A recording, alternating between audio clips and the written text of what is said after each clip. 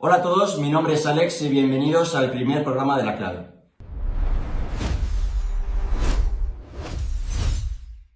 La Clave es un proyecto que inicia un estudiante de segundo de periodismo con ganas de contar historias.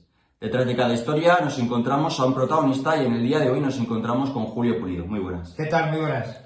Julio Pulido es licenciado en Periodismo por la Universidad Complutense de Madrid, es docente investigador, siendo profesor en la Universidad Villanueva, impartiendo clases en el grado de Periodismo, Magisterio y Comunicación Audiovisual y siendo una de las máximas figuras del máster del Periodismo Deportivo. Esto de máxima figura, suena muy rimbombante. Profesor del máster de Periodismo Deportivo. Actualmente eres colaborador de la cadena SER en el programa Larguero y Carrusel Deportivo y también estás en Golplay en los Directo Gol. Sí. También, aparte de eso, has trabajado en Antena 3 Radio, en COPE, en Onda Cero, Canal Sur, 4 Televisión, TV5, Canal Plus y Vía Digital. No te falta creo que ninguna. Bueno, CNN Plus también colaboré, Movistar, Canal Plus, lo tienes casi todo. Bueno, has estado en he engañado a muchos, sí. ¿Has engañado a muchos? No, pues lo estás haciendo estupendo. Bueno, he engañado a muchos, ya me queda poco que engañar, la verdad. Pero sí, la verdad es que he tenido mucha suerte de poder trabajar en distintos medios, en distintas plataformas y de todo la verdad es que me llevo muy buen recuerdo. Y después de todo esto te queda algo por explorar. ¿Quieres hacer algo más? Pues la verdad es que ¿Te queda algo más? Yo creo que lo he explorado casi todo ya. Sí, no, me queda disfrutar de los últimos años de mi profesión, todavía me quedan, y de mi pasión actual, que es la de dar clase y ser docente, que me encanta y me entusiasma. Y la verdad es que no creo que me quede tiempo para explorar mucho más. Luego vamos a ir a la parte docente, pero me gustaría empezar por tu carrera deportiva, de periodismo deportivo. Por orden cronológico, empezaste en el año 1990 haciendo las prácticas en el diario Jaén. Sí. Y me gustaría preguntarte... ¿Has informado bien? Me informa bien, me gustaría preguntarte cómo empiezas esas prácticas y cómo te llega la oportunidad. Bueno, pues ahí fue fundamental la figura de mi padre, ¿no? Mi padre es un periodista frustrado porque le hubiese encantado ser periodista, pero los tiempos pues no le jugaron a favor, ¿no? Y no pudo desempeñar lo que es su vocación frustrada, ¿no? Que es ser periodista. Y él conocía a varios periodistas del diario Jaén. Yo tenía clarísimo desde que tenía 7 o 8 años que quería ser periodista y tuve la suerte de poder entrar ese primer verano, en el que empecé a estudiar en Madrid. Volví en verano a mi tierra, Jaén, y gracias a esos contactos pues tuve la oportunidad de hacer prácticas en el diario Jaén, que me encantó porque estaba rodeado de un grupo de periodistas, y no solo de periodistas, sino de amigos que me ayudaron, que me trataron como un niño, que era lo que era, porque tenía 18 años, y que me enseñaron muchísimo periodismo, porque no solo se hace periodismo en Madrid, en Barcelona, en Valencia, en Sevilla, sino que hay grandes ciudades como es Jaén o pequeños pueblos también de toda la geografía española donde se hace muy buen periodismo. Yo aprendí mucho en esa etapa. Y lo tuviste que hacer bastante bien porque al año siguiente te ficha Antena 3 Radio y estás durante 2 años en Antena 3 Radio, y te quería preguntar cómo es el primer día que llegas a una redacción tan profesional y tu primera impresión. Pues fue algo para mí impactante, porque Antena 3 Radio fue una radio que fue líder de audiencia en su momento. Estaba en la calle Oquendo 23 de Madrid y allí había grandes estrellas de la radio. En ese momento la radio era, pues como ahora son las grandes cadenas de televisión, era lo más importante en cuanto a medios de este país, ¿no? Y yo de repente me encontré ahí rodeado pues de José María García, de Antonio Herrero, de Federico Jiménez Los Santos, García Juez, Jesús Hermida. O sea, es que yo miraba a la derecha, miraba a la izquierda, Pumares, y decía, madre mía de mi vida, y era un sueño, ¿no? Era un sueño. Yo tenía 18 años, 19 años, y estaba rodeado de las estrellas que oía en la radio y que eran referente para todos, ¿no? Y la verdad es que es como un sueño. Entonces cada día yo me despertaba y decía, oye, que es verdad que estoy trabajando en Antena 3 Radio. Y ahí estuve con José María García y donde empecé con José María García. ¿Y ese cambio de las prácticas a estar en esa redacción, cómo surge? Bueno, la verdad es que tuve suerte. O sea, además de trabajar, que yo creo que he trabajado, porque es una de las cosas que yo intento transmitir ahora a mis alumnos, y es que hay que esforzarse, hay que trabajar, la cultura del esfuerzo.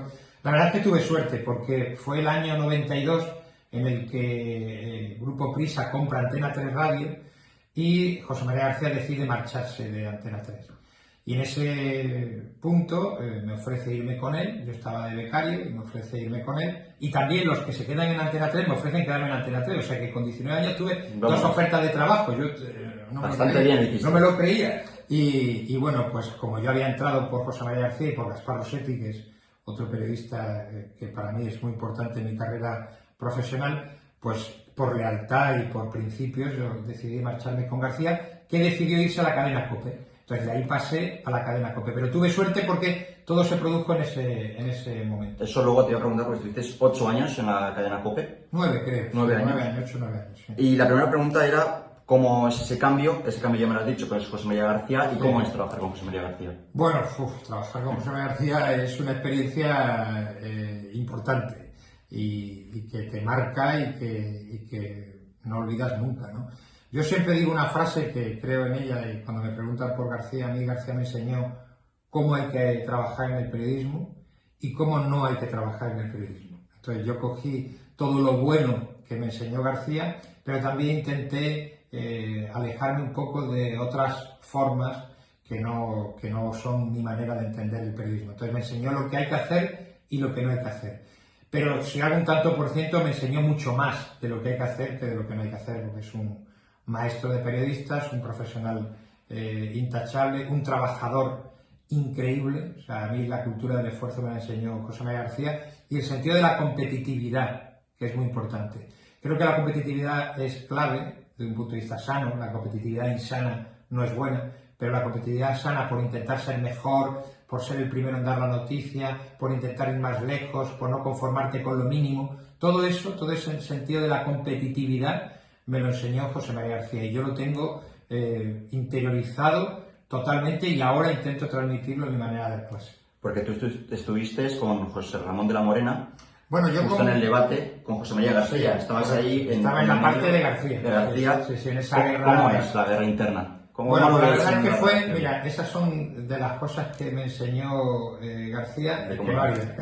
Sí, una guerra absurda que nos desgastó muchísimo a todos, fundamentalmente a García y a de la Morena, que lo pasaron mal, luego lo han terminado reconociendo, pero nos desgastó a los equipos también, porque ya se convirtió en una guerra personal. O sea, yo tenía problemas personales con compañeros de la cadena SER con los que ahora tengo una relación extraordinaria y que en ese momento eran como enemigos no solo profesionales, sino que se convirtieron en enemigos personales, ¿no? Y había eventos donde coincidíamos, donde, vamos, si no llegábamos a las manos poco faltaba, ¿no? O sea, que era una guerra completamente absurda por ser el primero en tener el protagonista, que es muy bueno ser el primero en tener el protagonista, pero oye, si te han ganado los otros, pues oye, tienes que aceptarlo e intentar hacer la mejor entrevista posible una vez que termina la competencia, ¿no?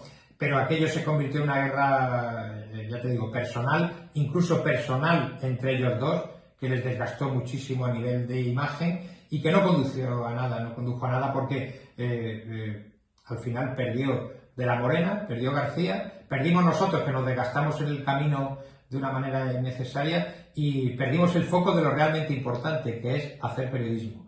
Al final estábamos más pendientes de la guerra que teníamos con la SER que no con hacer un gran programa y un buen programa nosotros. Creo que fue un grave error de todos. Y el periodismo deportivo en los años 80 es totalmente diferente al periodismo del año 2025 actual. ¿Cuál es la gran diferencia que ves del antiguo con el actual?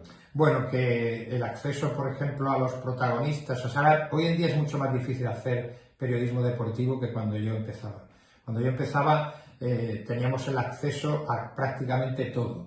Todo el mundo hablaba en la radio, todo el mundo se dejaba entrevistar, había muchos protagonistas que te pasaban información. Hoy en día todo está mucho más difícil. La información está muy restringida, está muy controlada por los clubes y por los protagonistas del mundo del periodismo deportivo. Las entrevistas prácticamente no existen porque los propios clubes o los grandes deportistas se han convertido en sus propios medios de comunicación, ya no necesitan del altavoz de la radio, de la tele o de un periódico, y esto hace que hacer radio, que hacer televisión, que hacer prensa escrita cada día sea más difícil, ¿no? Pero yo ahí siempre intento darle la vuelta y veo que hoy en día hay muchos periodistas deportivos que agudizan el ingenio y que intentan buscar soluciones a los problemas que plantean los clubes. A mí eso me encanta porque me parece un reto importante periodístico, pero si soy sincero, hoy en día todos lo tienen más difícil que cuando yo empezaba. ¿Sí? Nos vamos a remontar al día en que te despiertas por la mañana, estás en tu cama, te tienes que ir a la redacción de la COPE y tienes en el espejo a Julio Pulido del 2025, un Julio Pulido es muy experimentado. ¿Cuál es el primer consejo que le darías al Julio Pulido joven? Trabaja, trabaja, trabaja, trabaja y trabaja, esfuérzate. O sea, yo creo que esa es la base del éxito. O sea, luego tienes que tener unas mínimas capacidades periodísticas, actitudes periodísticas. Hay quien tiene pues más facilidad para ver las cosas y para detectarlas y quien le cuesta más. Pero lo que es innegociable es el trabajo, el esfuerzo. Entonces yo el primer consejo y prácticamente único que le daría es trabaja. Trabaja, esfuérzate, haz lo máximo que puedas, intenta ir a lo máximo en cuanto a esfuerzo, tanto para pensar como para trabajar. O sea, yo es lo que me mueve y lo que me lleva moviendo casi 35 años de profesión, el esfuerzo y el trabajo. En el año 2000 te vas de la COPE, fichas por Onda Cero hasta el año 2007. ¿Por qué el cambio de COPE a Onda Cero? Pues porque García toma la decisión de marcharse de la cadena COPE. Telefónica. Considera correcto, se marcha a Telefónica, que era la dueña de Antena 3 Televisión, la dueña de Onda Cero, etcétera. Toma la decisión de marcharse de la COPE porque cree que debe trabajar en un gran grupo multimedia, como era Telefónica Media, con todos esos medios que te he comentado, y nos dice, oye, he decidido marcharme de la cadena COPE, tengo una oferta de Onda Cero, quiero que os vengáis. Ahí también tengo una oferta de la COPE, que entra Avellán a hacer el programa y también me ofrece quedarme en la cadena COPE. Trabajo tenía seguro. Volví a tener dos ofertas de trabajo, la verdad es que he tenido suerte. Pero también por lealtad, por lo mismo que cuando Antena 3 Radio, pues decido que creo que debo irme con García. Tampoco me sedujo mucho el proyecto de Avellán, con el que tuve la oportunidad de reunirme, y decidí marcharme a Onda Cero y por eso pasamos a Onda Cero. Sí. Y a continuación fichas por Canal Plus, eres presentador de la Liga de Debate. A la vez también coincides con los Manolos en 4. Bueno, de Onda Cero, ahí conozco a Manu Carreño, que hay un año en el que presenta el programa por la noche, cuando García decide marcharse de Onda Cero. Hay una serie de años en los que entra Miguel Ángel García Juez, luego entra Manu Carreño, ahí coincido con Manu Carreño, conozco a Manu Carreño, con el que tengo una amistad entrañable, y Manu ficha por Canal Plus, luego de Canal Plus pasa a 4, y estando en 4, en el nacimiento de 4, pues me llama para irme con él a 4, y la verdad es que no me lo pensé, trabajaba en Onda Cero, y me fui con Manu Carreño sin saber que luego iban a llegar los Manolos, porque los Manolos llegaron después. ¿Y cómo te llega a ti ese proyecto? Nada, pues yo me voy a trabajar con Manu Carreño al informativo de las 9 de la noche, presentaba Iñaki Gabilondo, hacemos el bloque de deportes, él lo presentaba, yo lo editaba, tenemos 5 minutos, cuando Iñaki nos dejaba 5 minutos, que normalmente nos dejaba 3, nos dejaba 2, o a veces nos dejaba 1, era una guerra permanente ahí porque él siempre se pasaba, y de repente una tarde de un viernes nos reúnen, Manolo Lama hacía el mediodía en 4, hacía las 3 de la tarde en 4 y Manu Carreño a las 9, y nos reúnen en un despacho y me dicen, oye, que se nos ha ocurrido juntar a los dos, que son muy buenos, y uno lo hace genial a mediodía, Manolo, y otro lo hace genial por la noche, que es Manu. ¿Por qué no nos juntamos? No nos juntáis, y tú eres el editor, y Lala, que estaba conmigo, Javier Laguna, y digo, vale, pues venga, bueno, vamos a probar y tal. Y dice, no probamos, empezamos el lunes. Y digo, pues ¿cómo vamos a empezar el lunes? Y dice, sí, empezamos el lunes. Los ceros los vamos a hacer en directo. Digo, vale, pues venga, el lunes. Y efectivamente empezamos el lunes, los ceros lo hacemos en directo, pero te tengo que decir una cosa, que siempre cuando me han preguntado por los Manolos le he dicho. Ese día, ese lunes, ese inicio de programa, yo ya me di cuenta de que aquello iba a funcionar. Porque tenían una química especial. Porque es que encajaron a la perfección los dos roles, porque Manolo es una cosa y Manu era otra, y juntos era una pareja increíble. Y yo salí de ese programa, que tuvimos algún fallo técnico, porque claro, para empezar, y dije, esto va a funcionar, ese día, y fíjate si funcionó. Mi segunda pregunta era, ¿Cuándo te das cuenta que Los Manolos va a tener un éxito? Ese día. El lunes. Ese día. El lunes. Sí, sí, sí. Yo sé, a ver, es un poco pretencioso decir esto, pero yo no sabía que iban a tener la trascendencia que iba a tener y que íbamos a Cambiáis el periodismo. a convertirnos periodismo. en el programa deportivo referencia en ese momento a nivel televisivo, con millones y millones de espectadores, que hicimos Eurocopas, mundiales, programas de todo tipo, en todo sitio y tal. No me lo imaginaba en ese momento, pero yo ese día dije, esto puede funcionar, esto tiene buena pinta, tienen química, lo hacen bien, tal, segundo día, tercer día, cuarto día, tal, y yo lo noté, digo, joder, y lo notó también la empresa que apostó por nosotros, que nos apoyó totalmente, que nos ayudó económicamente, periodísticamente, todo lo que le pedíamos, porque empezamos en una esquina, empezamos en una esquina allí en un pasillo, nos pusieron a 4 redactores y con 4 redactores empezamos. Pero aquello empezó a crecer, hasta que se convirtió en lo que terminó siendo. Y yo, la verdad es que desde el principio tuve buen feeling. Y claro, detrás de cámaras, no solo el programa, detrás de cámaras supongo que es una buena relación, una relación de amistad, una relación Total. de querer trabajar, una buena relación y una sana relación. Sí, yo ya conocía a Manu Carreño en Onda Cero, con el que tenía una muy buena relación, pero a Manolo no lo conocía. O sea, le conocía de referencia, para mí era un referente, ¿no? Y Manolo Lama es un periodista total.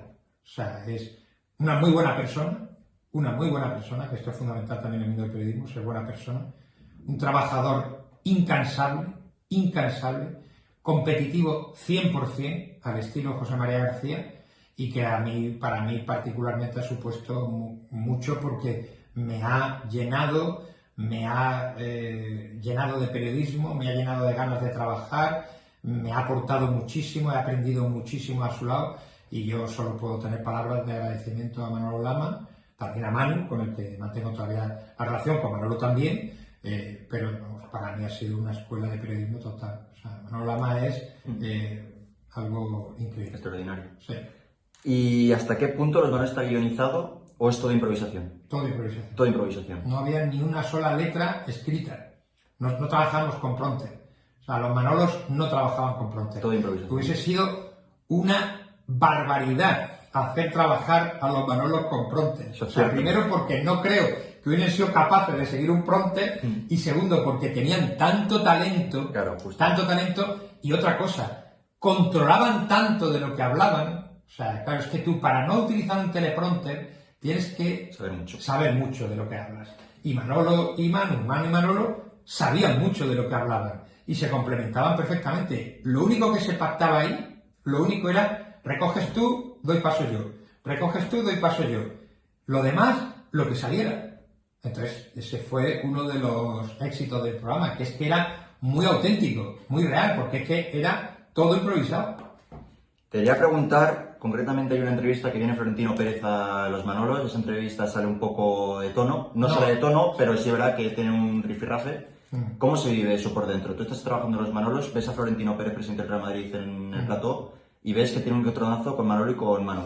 ¿Cómo se vive eso por dentro? ¿Qué piensas? Bueno, a ver, esa entrevista fue un grave error, porque fundamentalmente lo que fue es una muy mala entrevista, porque la encauzamos mal, la preparamos mal. Es verdad que no teníamos una buena relación con Florentino Pérez, ni Manolo tenía una buena relación con Florentino Pérez, Manu tenía una mejor relación pero tampoco una gran relación, y yo tenía muy mala relación también, o sea, teníamos mala relación con Florentino Pérez.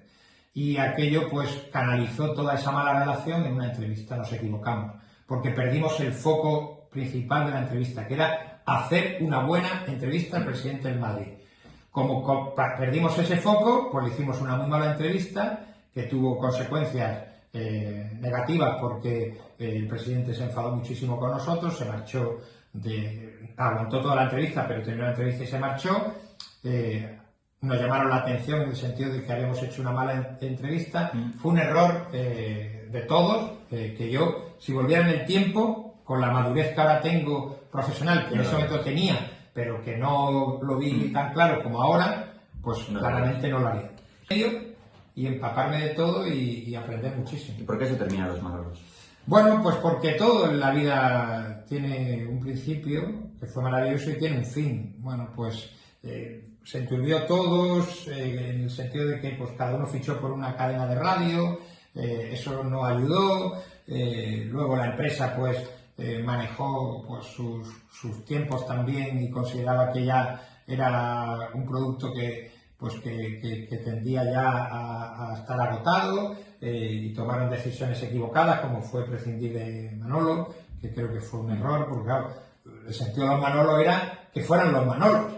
Aquello dejó de ser los Manolo porque ya un Manolo no estaba. Entonces pasó primero Juanma, Nico Abad, una serie de cambios, y ya no fue nada igual, porque el sentido de esa pareja era la pareja. Entonces, en el momento en el que la empresa decidió prescindir de uno de ellos, pues ya no tenía sentido que continuaran los Manolos. Fue un cúmulo de circunstancias. Hace 15 años haces una entrevista que se publica en El Enganche. En esa entrevista dices que la tele es más espectacular que la radio. Creo en ello. ¿Crees en ello y te gusta más la tele que la radio? Eso yo no lo he dicho. No, es una pregunta. No, sí, pero digo que una cosa es decir que la tele es más espectacular que la radio, que lo es. O sea, la tele es... O sea, tú llegas a un sitio a hacer televisión, focos, tal, el que te microfona, el regidor, los maquilladoras, tal, no sé qué, tal, no sé qué, todo es muy espectacular, imágenes, tal, aquí estamos, todo se ve, todo tal, todo como muy trascendental, tal. La radio es mucho más primitiva, o sea, la radio es un micro y una persona en un sitio. Pero la magia de la radio no la tiene la tele. O sea, la tele es muy espectacular, sigo diciendo lo mismo, creo en ello. Pero la radio es magia, la radio es compañía en un momento determinado. La radio es ese día del mes de octubre, de noviembre, que está lloviendo por la noche y tú estás oyendo la radio en tu casa. Vas en el coche haciendo un viaje larguísimo para ver a tu familia y te acompaña la radio. O sea, esa magia que tiene la radio no la tiene la televisión. Y luego la televisión es mucho más difícil de hacer que la radio. O sea, la radio, ya te digo, con un teléfono y una conexión estás haciendo radio. Sin embargo, para la tele necesitas... Bueno, hoy en día ya menos, porque afortunadamente con los datos dentro de los teléfonos móviles también puedes hacer televisión desde cualquier sitio con una calidad bastante importante. Pero es más difícil de hacer que la radio, ¿no? Entonces, más espectacular, pero tiene menos magia. Ya nos vamos a la actualidad. Llega el larguero, llega Carrusel Deportivo, llega Directo Gol. ¿Tú antes veías el larguero? Yo oía el larguero, claro que oía el larguero. Me he pasado la vida viendo el larguero cuando lo hacía de la Morena. Claro. Ahora me lo paso escuchando a Manu. Oigo el partidazo, oigo Onda Cero, lo oigo todo. No, para ser más exacto, no lo oigo. Que yo siempre digo lo mismo, lo escucho. Que es diferente. Una cosa es oír y otra cosa es escuchar. Yo lo escucho. Y lo escucho ahora con la mentalidad de docente que tengo para intentar sacar cosas para aplicarlas en mis clases, contárselas a mis alumnos. Yo lo oigo y lo escucho todo. ¿Y cómo es escuchar un programa en tu casa tranquilo a pasar a estar en ese programa hablando para los oyentes? Bueno, a ver, pues es un sueño, o sea, porque como he sido siempre oyente de radio y he escuchado el larguero con De la Morena, el larguero con Manu, he escuchado el partidazo con Joseba, con Juanma, he escuchado Onda Cero también con todos los presentadores que han tenido, y luego formar parte de eso, pues la verdad es que es un sueño, ¿no? Porque de repente lo que tú oyes, estás tú dentro. Y la verdad es que mola, ¿no? Porque dices, oye, formo parte de este proyecto, formo parte de esto.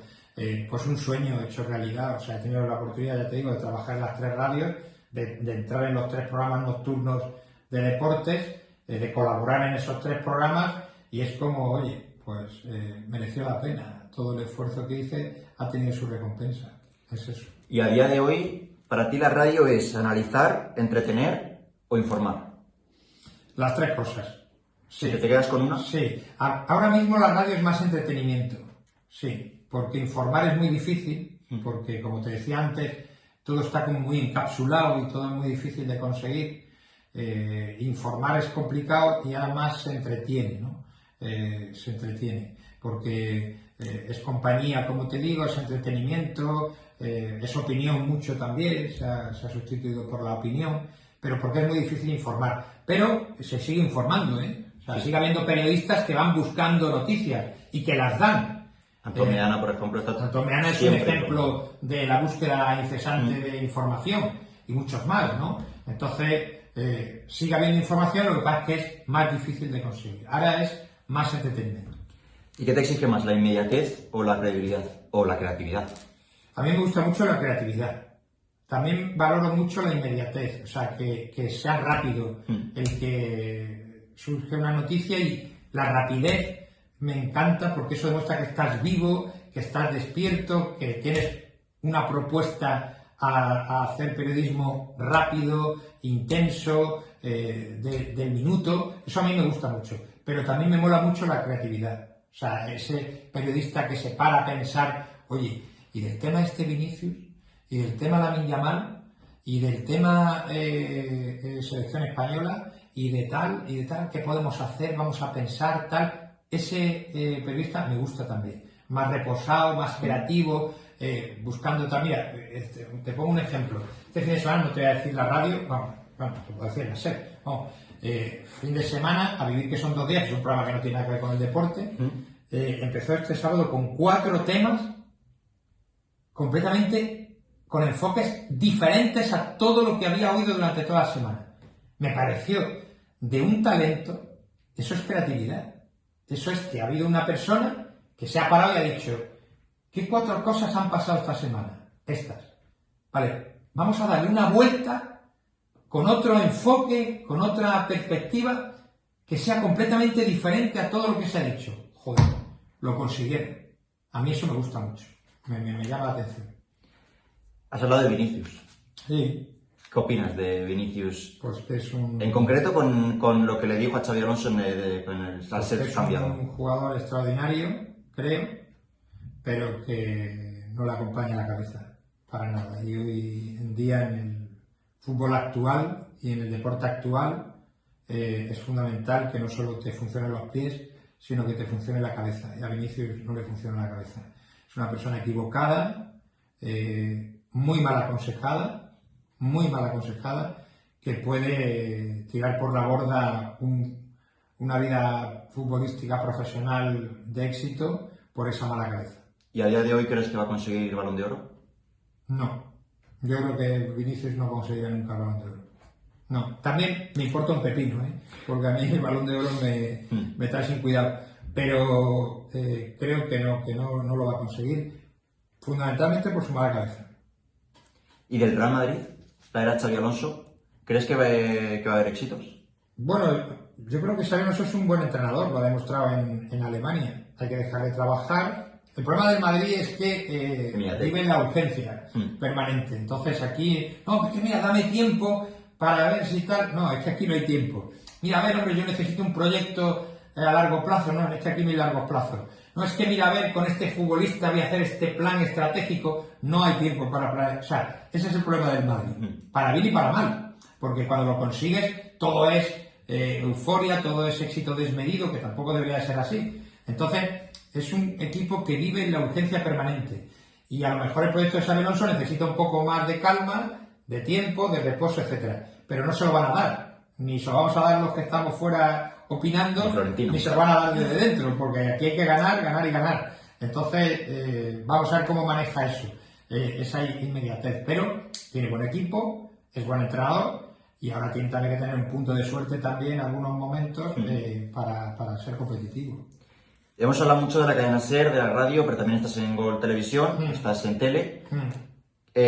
¿Cómo te llega la oportunidad de Gol? Bueno, pues un día me escriben un productor de Gol en Barcelona y me dice, oye, mira, que te conocemos, seguimos tu trayectoria y tal, sabemos que ya no estás en Mediaset, porque cuando yo ficho por Mediaset tengo que dejar Pedrerol, con el que colaboraba también, porque se va a 3 Media, o sea, cuando está en la 3 Media. También cuando estoy haciendo la Liga de Debate en Canal Plus, que era un programa que me encantaba, de debate, también lo tengo que dejar porque me voy a 4 y me dicen que si estoy en 4 no puedo hacer el programa en Canal Plus. O sea, tiene también algún punto en el que tengo que tomar decisiones que la verdad es que me han dolido porque estaba muy contento, como con Pedrerol o como la Liga de Debate, ¿no? Pero ahora había dejado Mediaset, se había terminado el proyecto de los Manolos, estaba en la SER, estaba dando clase y me llaman y me escriben que quieren que colabore hace 3 años y que si podía entrar ese primer día, pues entré ese primer día, debió de gustarles, entré un segundo, entré un tercero, entré un cuarto y ahora pues es todas las semanas 2 o 3 intervenciones y la verdad es que estoy muy contento porque es un equipo de gente joven, extraordinaria, con un trato exquisito, exquisito en todos los sentidos, y la verdad es que estoy muy a gusto, sí. Eres periodista, pero también eres profesor de la Universidad Villanova, como he dicho antes. Siendo periodista, ¿cómo se te pone en la cabeza la idea de ser profesor? Bueno, yo siempre he tenido dos grandes pasiones, una ser periodista y otra ser docente, ser profesor. Y he tenido la inmensa suerte de cumplir los dos sueños. O sea, yo soy un tío afortunado, ¿qué te diga? O sea, he tenido mucha suerte, o sea, yo solo puedo dar gracias, porque una de mis pasiones era ser periodista y con el paso del tiempo descubrí que otra de mis pasiones era ser profesor. Y ahora he cumplido mi segundo sueño. Desde hace 4 años estoy en esta universidad fijo. Antes estaba ya dando clase en el máster de periodismo deportivo y la verdad es que es una pasión, es un sueño. Me encanta dar clase y poder transmitir todo lo que a mí me han enseñado y lo que he ido aprendiendo durante todos mis años de profesión. Y eso es lo que intento transmitir en mis clases. Si te quedas con algo de ser profesor, lo mejor de ser profesor y lo mejor de ser periodista, ¿qué dirías? Mira, lo mejor de ser profesor es que cada cierto tiempo en este teléfono me mandan mensajes alumnos diciéndome: me he acordado de ti, de aquello que nos enseñaste, lo he puesto en práctica, me han felicitado, he conseguido hacer un contrato en tal, te lo agradezco, me acuerdo de tus clases. Otros se pasan demasiado y dicen: te lo debo a ti. Yo le tengo que contestar diciendo: no, te lo debes a ti, porque el que lo hiciste fuiste tú. Yo te pude iluminar en el camino y decirte lo que creo que debías de hacer, pero el que lo has hecho ha sido tú, el que lo has conseguido ha sido tú. Esto es lo que más me satisface. Dejar huella. No dejar huella, que son muy pretenciosos, yo soy creo que menos pretencioso, sino la satisfacción de haber hecho algo que ha ayudado a alguien en este punto. O sea, el yo testar que algo que yo he podido transmitir, que a mí a su vez me habían transmitido antes, ha servido para que una persona consiga un trabajo, consiga evolucionar en el trabajo y tal, a mí eso me llena de satisfacción, ¿no? Eso creo que es algo importante. ¿Y qué es lo que quieres dejar huella, como yo digo, a tus alumnos? La cultura del esfuerzo. La cultura del esfuerzo. O sea, si yo me dices: oye, de todo lo que les enseñas a los alumnos, ¿qué es lo que te gustaría que más interiorizaran? La cultura del esfuerzo. Si soy un obsesionado de la cultura del esfuerzo, de dar lo máximo, de no conformarte con lo mínimo. Mira, ayer hacía un ejercicio con los alumnos del máster, después del partido del Madrid con el Barça, que dio mucho de sí, y hacía un ejercicio con ellos de estrujar hasta el máximo el Madrid-Barça. Bueno, pues no te puedes imaginar a qué extremo llegamos de intentar cosas de tal, que luego muchas no se podrán conseguir, pero hay que pensarlas, hay que trabajarlas, hay que intentarlo. O sea, esa cultura del esfuerzo creo que es el mejor compañero de viaje que puede tener una persona que quiere ser periodista. Luego hay que tener talento, pero hay gente que tiene más talento, menos, que están más brillantes, menos brillantes, pero la cuota de esfuerzo y de trabajo es innegociable. Y eso sí que me gustaría transmitirlo, ¿sí? Esta es tu trayectoria profesional. ¿Me falta algo? ¿Punto pelota? Bueno, estuve con Pedrerol, sí, con el que colaboré y también tengo muy buen recuerdo de esa época, buen recuerdo. Y poco más, bueno, luego tengo muy buen recuerdo también, que quedó ahí un poco tal, de unas intervenciones que hacía en CNN Plus por las mañanas, que hacía un bloque de deportes con David Tejera y la presentadora se me ha olvidado, pero también tengo un muy buen recuerdo de ella, y entraba a contar los deportes y además lo hacía de una manera muy así distendida, diferente y tal, y me gustaba, y era un momento del día en el que me lo pasaba bastante bien, ¿no? Y guardo muy buen recuerdo de eso, ¿no? Pero bueno, yo creo que ha quedado todo contado. De hecho, me estoy dando cuenta que he hecho muchas cosas, igual demasiadas, no sé si todas bien, pero bueno. Hombre, todas bien porque has tenido luego que... Bueno, habrá cosas buenas, cosas malas y cosas regulares. Me arrepiento, por ejemplo, mira, aprovecho para decirlo, de que he sido un jefe muy duro, excesivamente duro, a veces cruel con los trabajadores, y eso me arrepiento muchísimo, sí, muchísimo. O sea, también es verdad que manejar un grupo de gente importante para hacer un programa importante no es fácil, pero yo a veces me he equivocado en el trato y en la manera de dirigirme. He sido injusto muchas veces y de eso me arrepiento muchísimo. Esa es una de las cosas que peor he hecho en mi vida profesional, sin duda. Vamos a ir a una sección nueva en la que son preguntas, son en concreto 17, te voy a añadir una 18. Vale. Me tienes que contestar con una sola palabra. Una sola palabra. Una sola palabra. Hay algunas que te digo dos opciones y hay otras que me tienes que definir algo. Vale. Una sola palabra. No es fácil esto, ¿eh? ¿Cómo definirías periodismo? Pasión. Tienes que irte a un lugar para despejar tu mente. ¿Cuál es? El campo. ¿Radio o tele? Radio. ¿Hablar o escuchar? Escuchar. Por un día no puedes ir o a la radio o no puedes ir a la universidad. ¿A cuál no vas? A la radio. ¿Día o noche? Día. ¿Pizza o hamburguesa? Pizza. ¿Playa o montaña? Uf. Joder.